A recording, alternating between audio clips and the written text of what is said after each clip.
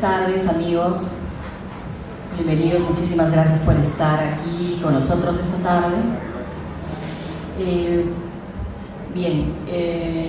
Los tiempos son bien cortos, vamos a comenzar. Quisiera comenzar refiriéndome a algunos de los cuentos que podemos encontrar dentro del libro. Quisiera resaltar básicamente tres. Uno es Uxoricidio. Uxoricidio trata del asesinato de una mujer, aunque no se ve tal situación. Pero lo que yo quiero resaltar de este libro es la actitud de la mujer, que tendría que ser la nueva actitud que asume las mujeres frente a todo, no solo frente a un asesinato, ¿no?, como es el que se presenta, sino frente a la vida, frente a todas las circunstancias. La mujer que reta al asesino de otra mujer. Eso es un tema que me gustaría resaltarlo.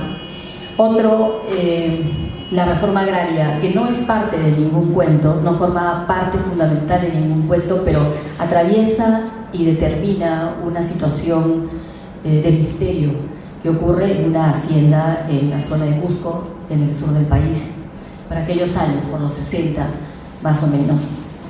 Otra de las historias que me gustaría mencionar es La Loca. Es una mujer que enloquece por un acontecimiento brutal, como puede ser un terremoto, como puede ser también la época del terrorismo que vivió el país en los 80 y 90. La Loca personifica a las mujeres que, vivimos en realidad todo el país esa circunstancia, pero que enloquece por una situación traumática y que deja al resto de la población muda, como muda estuvo la sociedad en algún momento en esa época, y como muda también quiso continuar a veces en los siguientes años, cuando por ejemplo se negaba la validez del informe de la Comisión de la Verdad y Reconciliación. Bueno, pero este no es el argumento de ninguno de los cuentos, es un cuento de literatura fantástica, un libro de cuentos de literatura fantástica, de historias de terror. Hay escenas de misterio, de muerte, de brujas, hay brujas y brujos, pero también ocurren situaciones de la historia mundial y la historia peruana que pueden determinar el camino que va tomando la historia o el final que ha tomado una determinada historia. De eso trata Bruja, y quería retomar lo que ha dicho Padura, que también presenta un libro estos días aquí en esta misma feria. Él es un escritor cubano y él dice que cuando caen los muros y las ataduras ideológicas, para él surge la literatura y la libertad de escribir desde un punto de vista particular, pero disfrutando del género que uno puede elegir libremente, sin ningún compromiso de tener que dar ningún mensaje, y al mismo tiempo, sin quererlo, quizá dándolo, pero no sin necesidad de que este sea su principal objetivo. Yo voy a presentar ahora a continuación a dos grandes amigos que han aceptado comentar el libro, pero además dos grandes y destacados profesionales, jóvenes de nuestro país. Voy a presentar primero a Daniel Flores, luego hará uso de la palabra Juan Manuel Chávez. Daniel Flores es un comunicador, ha trabajado en Etiqueta Negra y en otras revistas de importancia mundial, ha trabajado en la revista IN, que circula en los aviones. Daniel es un periodista de alto vuelo, sus escritos viajan por los aires en los aviones de una empresa que no es auspiciadora de este evento, por lo tanto no la mencionaremos, pero Daniel es un periodista, un maestro además, universitario, y voy a dejarle a él para que pueda comentar el libro. Daniel. Muchas gracias. Bueno, yo lo primero que quería hacer era agradecerle a todos ustedes por su asistencia y comenzar diciendo que para mí es un honor, un doble honor, haber sido elegido una de las personas que van a presentar este libro, ¿no? Yo me siento honrado básicamente por dos motivos. El primero, porque tengo con Yorka una serie de afinidades, obviamente casuales, pero muy cercanas, que es la primera, ambos somos cusqueños. La segunda, somos comunicadores. La tercera, somos gente que ama los libros, que ama la literatura, que siente una devoción por la literatura. El segundo motivo por el cual me siento honrado es porque este libro llega a mí en unos momentos bastante dolorosos y extraños. Este es un libro de relatos fantásticos que de alguna forma son cruzados transversalmente por el tema de la muerte. Y este libro llega a mí justo en un momento muy difícil de mi vida, que es la pérdida de mi mamá, ¿no? Mi mamá fallece hace aproximadamente menos de un mes y curiosamente algo similar pasa también con el papá de Yorka, que fallece hace pocos meses. Entonces, no es un libro que yo lo puedo leer con indiferencia, sino es un libro que de alguna forma toca fibras muy íntimas de mí. Decir que este libro trata sobre la muerte es un reduccionismo. De hecho, este libro está construido sobre la base de personajes femeninos que cada cual tiene una serie de características que no voy a detallar. Yo creo que lo más interesante sería que ustedes compren el libro, que lo lean, que lo disfruten como lo he disfrutado yo. Pero lo que sí puedo decir es que es un libro que, para comenzar, no puedes dejar de leer, lo lees de un tirón. Ni bien lo comienzas, son esos libros que una vez que lo comienzas no puedes parar hasta la última página. Por otro lado, son libros que, si bien tienen personajes femeninos y están marcados por la muerte, curiosamente, y se lo he preguntado a Yorka en los momentos en los que he tenido oportunidad de conversar con ella, son cuentos que curiosamente ella no sabe por qué es que tienen la muerte como un elemento en común. Y eso me hace pensar en algo que en alguna oportunidad ella me comentó. Ella me dijo: mira, Daniel, en realidad los escritores no eligen las historias, son las historias las que eligen a los escritores, y estas historias la han elegido a ella para escribirlas. Por ejemplo, estoy pensando en el primer relato, que se llama La Calavera. La Calavera es un relato breve que está construido sobre la base de una tradición que trata de una calavera que no puede descansar en paz porque en vida ha perdido unos alfileres. Entonces, hasta que no recobre esos alfileres, esa calavera no va a poder descansar. Esta historia, no voy a contar el final para no spoilearlos, pero esta historia obviamente me hace recordar un poco a mí esta vocación, que es la vocación literaria. Uno no puede descansar hasta narrar, hasta contar aquello que los fantasmas que cada uno tiene claman que sea contado, ¿no? Entonces, ya desde ahí comenzamos con un relato en el cual Yorka, con sobriedad, con elegancia y con sencillez, nos empieza a cautivar. Otro relato que ustedes van a disfrutar igual que yo se llama Premonición. La primera vez que yo lo leí, la verdad me hizo viajar en el tiempo y me hizo sentir que estaba en una suerte de una película, que es la historia de una mujer que tiene un sueño premonitorio, que es ver al hombre de su vida muerto, decapitado. No es poca cosa, y entonces corre como una loca enfermecida a buscarlo para saber si ese sueño premonitorio es verdad. Y obviamente, nuevamente, no les voy a contar el final, espero que ustedes busquen el libro, pero la forma como está construida la historia, la manera como está narrada, las imágenes que uno inmediatamente elabora en la mente, nos atrapa, ¿no?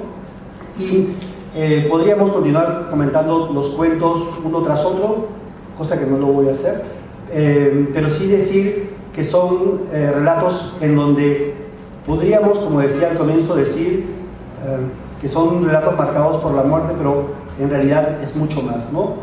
Por ejemplo, hay un elemento clave, que es el elemento de la soledad. Incluso hay un cuento llamado Soledad.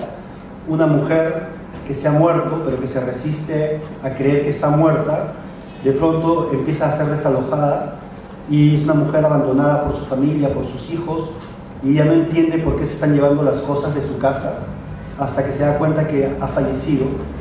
Es una mujer eminentemente sola, ¿no? O la historia de La Loca, que es una mujer que cree ser una vendedora de un mercado y está completamente sola en un universo paralelo.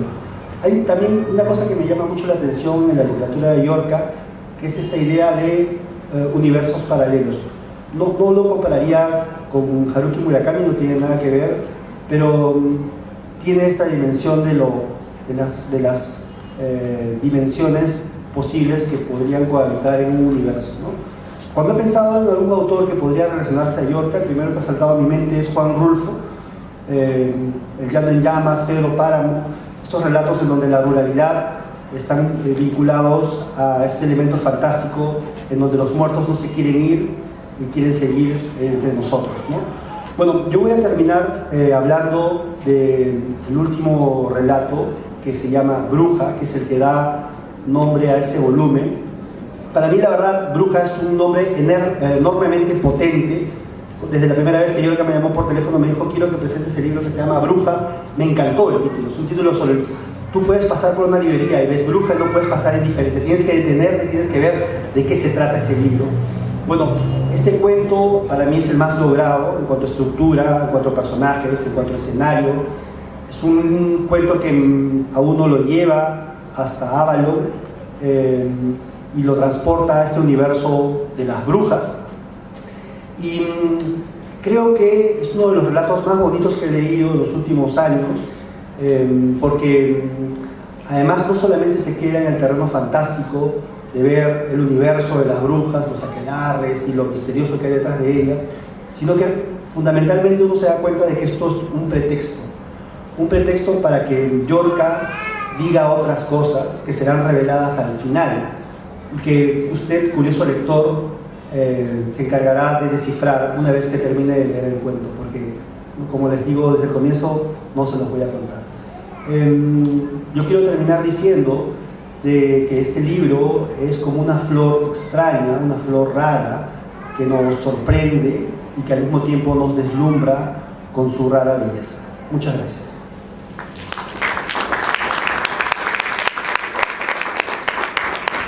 Muchas gracias, Daniel. Voy a presentar ahora a Juan Manuel Chávez.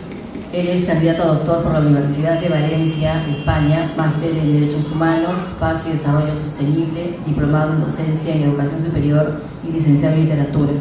Entre sus galardones destacan primera mención del Premio Nacional Novela Federico Villarreal, Premio Copé de Plata del Cuento, ganador del Premio Ensayo de Radio UNAM de México y selección final del Premio El Cuento de las 1000 Palabras de la revista Caretas. Él también va a presentar su libro, que está aquí, El rinoceronte que quería ser unicornio, este sábado. Y Juanma, te dejo con el uso de la palabra. Gracias, Yorka, muy amable. Primero, saludarlos a ustedes, siempre escaparse de la vida laboral o estudiantil a las 4 de la tarde de un jueves es solamente un gesto de cariño y de afecto por la autora que todos celebramos.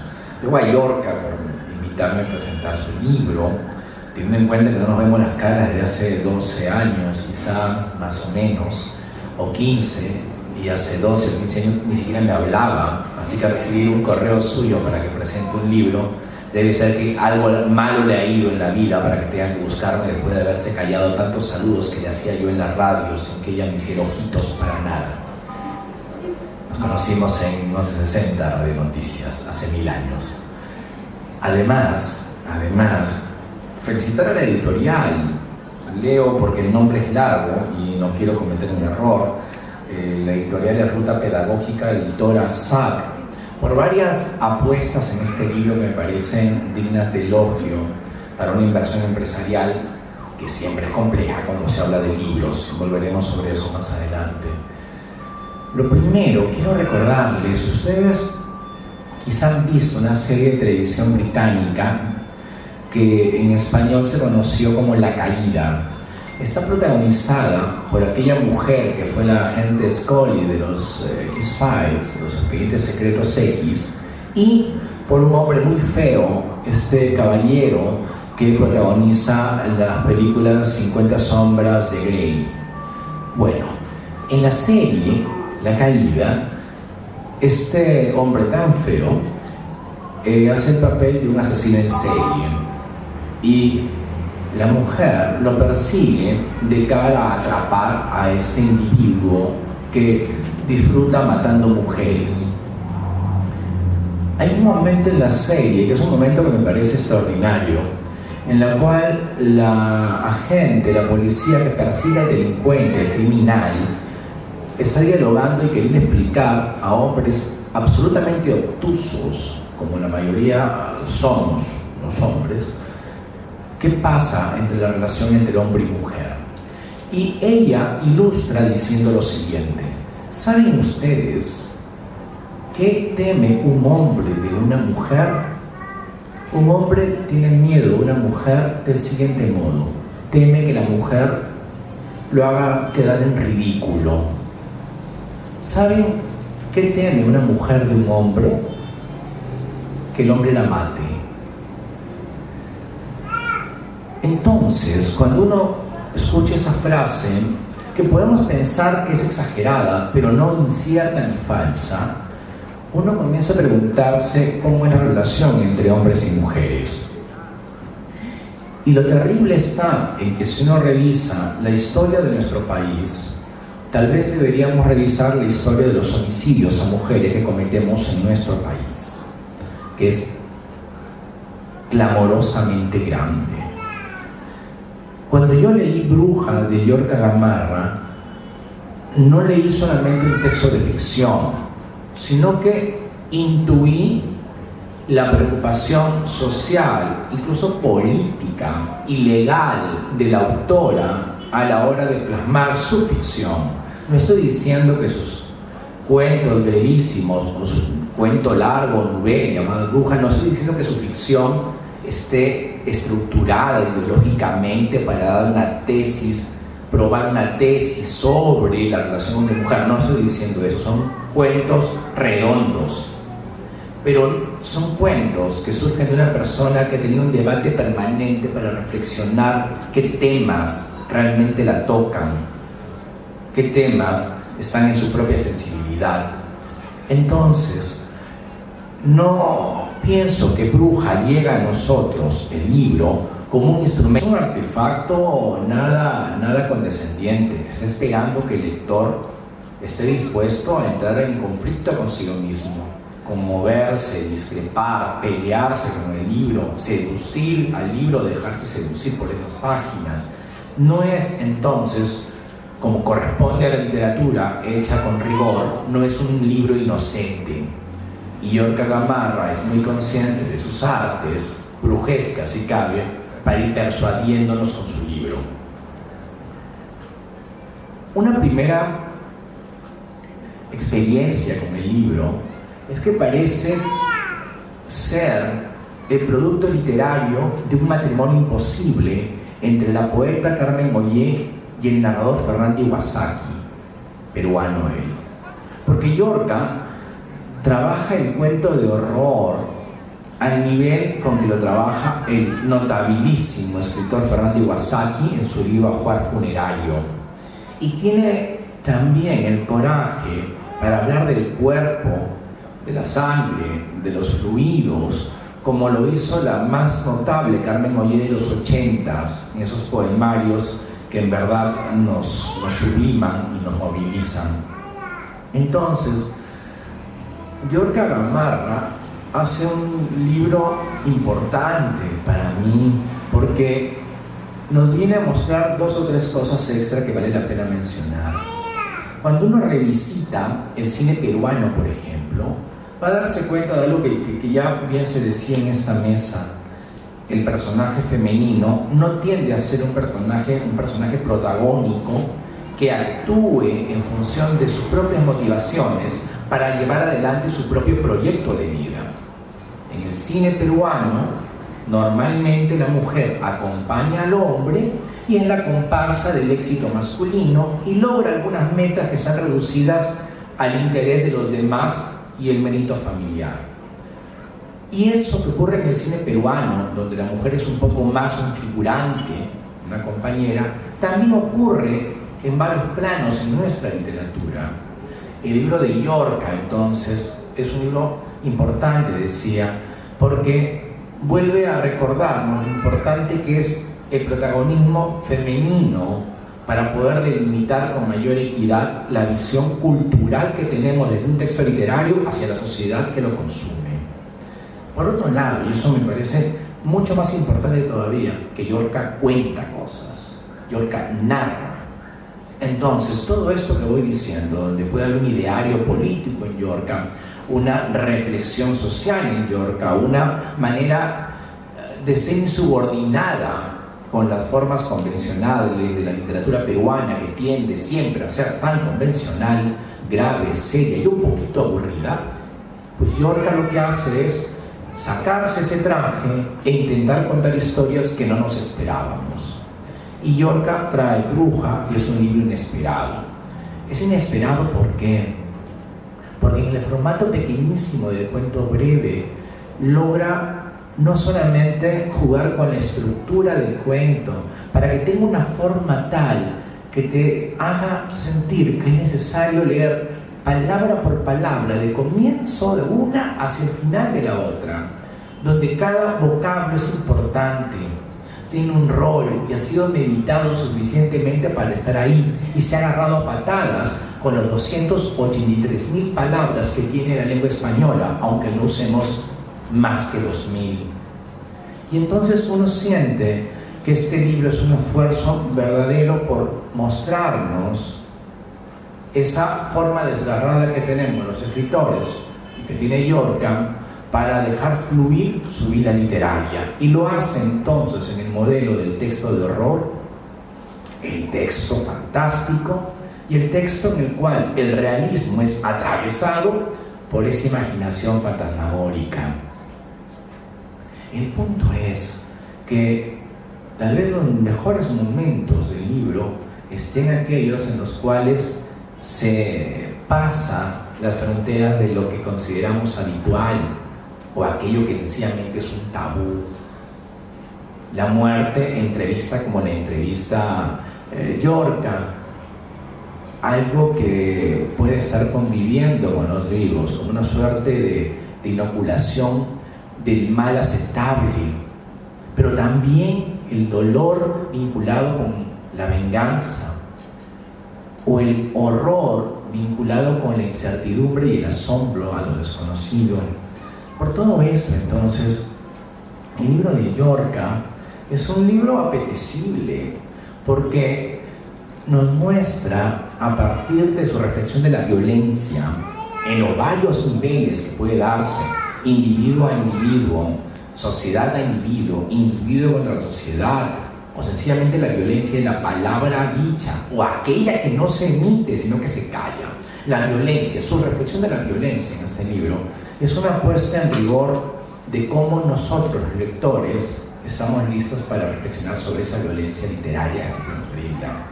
Pero, además de todo, hay momentos en los cuales Llorca coge la estrategia de las fábulas convencionales. ¿Recuerdan las fábulas? Son muy simples. Una fábula lo que hace es mostrarnos un personaje principal.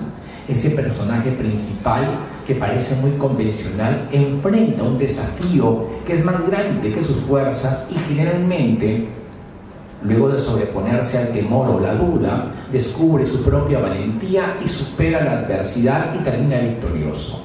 Pues bien, esa es la estructura de la fábula convencional, del cuento popular.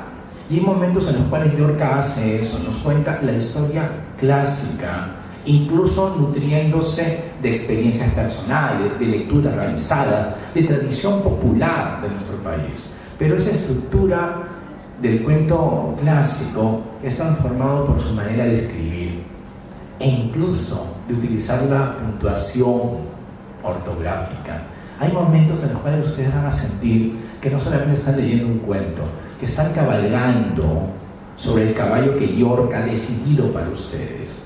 Y ese caballo se detiene como una brida que se jala y se quedan ustedes pensando qué ocurre con la narración y luego se suelta la brida y siguen galopando hasta que vuelve a jalarse. Hay un manejo muy diestro de Llorca, no solamente entonces al tratar la violencia, al escoger las palabras, al delimitar su estructura, sino también a guiarnos con su propio ritmo. Y todo esto, si no fuera ya bastante, viene un empaque realmente hermoso. Les decía al comienzo que era meritorio el esfuerzo editorial.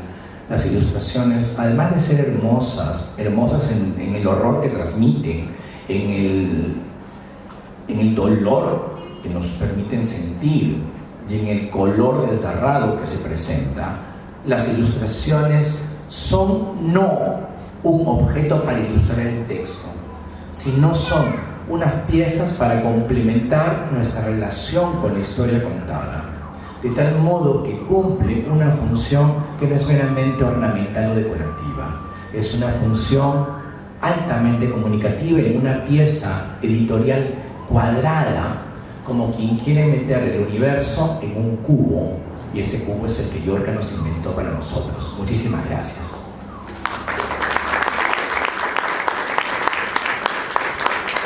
Muchísimas gracias a los dos, realmente me siento muy abrumada.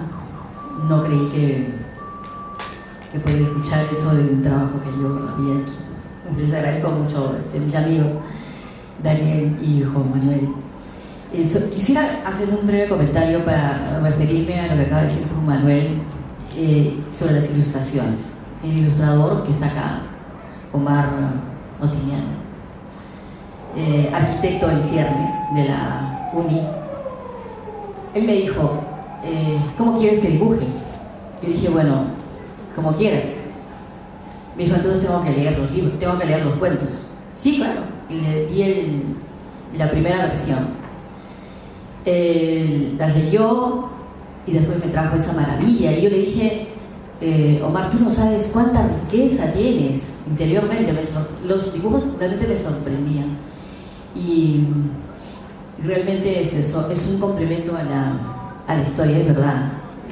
Omar es un dibujante de toda su vida, pero además es un artista, es un comunicador, yo diría que es un antropólogo, dibujante antropólogo, arquitecto, algo así. Es un campo. Yo quería comentar un par de cosas que se me habían escapado en la primera parte. Lo primero era cuando conversaba con Llorca hace unas semanas, ella me contó que en realidad este libro comenzó como otra cosa completamente diferente. Estaba escribiendo un libro de cuentos de niños que trabajaban en el mundo y de pronto irrumpió de una manera inesperada, al punto que el cuento inicial terminó separado para convertirse en otro libro. Eso ya en sí es otra historia. Y otra cosa que me había olvidado de comentarlo era que este libro, si bien de alguna forma es oscuro, al mismo tiempo es un libro luminoso. ¿Por qué?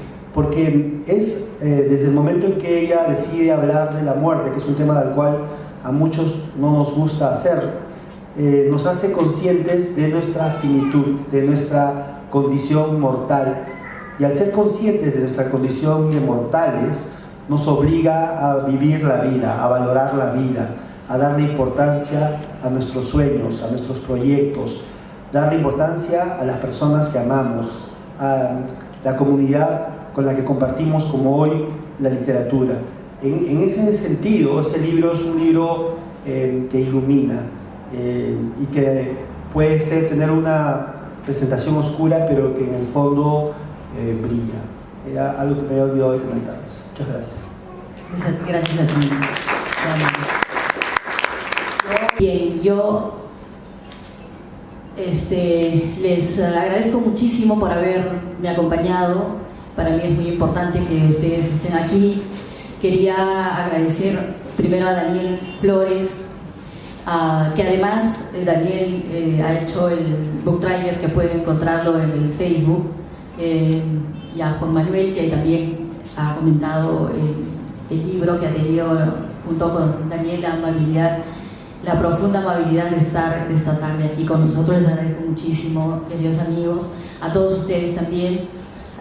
Agradezco especialmente a varias personas, Ersa, a quien mencioné ya, a Raúl, que está por aquí, mi esposo, a Camilo, a Olga y Felipe, mis papás, a Omar Otiniano, por sus formidables dibujos, a Maritza Ayala, a Ruta Pedagógica, a Supay Editores y a todos ustedes por haberme acompañado hoy día. Los invito también a estar el sábado. ¿A qué hora es la presentación? De 3 de la tarde en la sala Torina Mato con el libro de Juan Manuel. Juan Manuel tiene un programa de radio, además Radio Filarmonía los miércoles antes de la 1, haciendo los comentarios ya conocidos. Ha tenido este programa desde hace muchos años, ¿verdad? Un programa literario, cultural, y bueno, les agradezco mucho. Acá terminamos porque esto continúa, las reuniones aquí terminan y empieza otra. Viene enseguida la presentación de varios ganadores dentro de las 1000 palabras.